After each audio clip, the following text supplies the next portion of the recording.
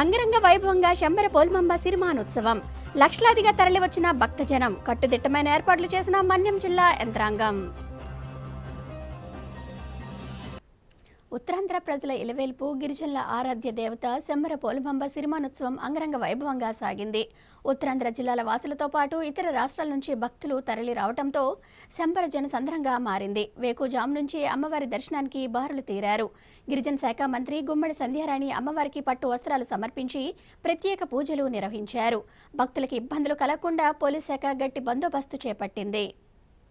పార్వతీపురం మన్యం జిల్లా మక్కువ మండలం శంబర పోల్మాంబ అమ్మవారి సిరిమానోత్సవం అంబరానంటింది. లక్షలాదిగా తరలివచ్చిన భక్తుల జయజయధ్వానాలు, సాంస్కృతిక ప్రదర్శనల నడుమ సిరిమానోత్సవం అంగరంగ వైభవంగా సాగింది. పోలమాంబ పాహిమాం చల్లగా చూడమ్మ పోలమాంబ అంటూ ప్రార్థించారు. ఆంధ్రప్రదేశ్ ప్రభుత్వం శంబర జాతరను రాష్ట్ర పండుగగా ప్రకటించడంతో అధికారులు కట్టుదిట్టమైన భద్రతా ఏర్పాట్లను చేశారు. రాష్ట్ర నలుమూలతో పాటు ఒడిశా, ఛత్తీస్గఢ్ రాష్ట్రాల నుంచి భక్తులు తరలివచ్చారు. గోముఖి నదిలో పుణ్య స్థానాలను ఆచరించి అమ్మవారిని దర్శించారు. మొక్కుబడులు చెల్లించారు. పూజారి జన్ని పేకాపు రామారావు సిరిమాను అధిరోహించారు. ఆనవాయితీ ప్రకారం ముందుగా గిరిడ, ఆ తర్వాత మునసాబు, కరణం కుటుంబాల వారు పూజలు చేశారు. అక్కడి నుంచి పనుకు వీధి, గొల్ల వీధి, జన్ని వీధుల మీదుగా సిరిమాను ప్రధానాలయం సమీపంలోకి చేరుకుంది. ముందుగా జన్నివారి ఇంటి నుంచి ఘటాలను అమ్మవారి ఆలయంలోకి తీసుకువచ్చి పూజలు చేశారు. అనంతరం సిరిమాను ఉండే ప్రదేశానికి తీసుకెళ్లారు. ప్రధాన ఆలయం నుంచి అమ్మవారు వచ్చే మార్గంలో నేలపై చీర్లను పరిచి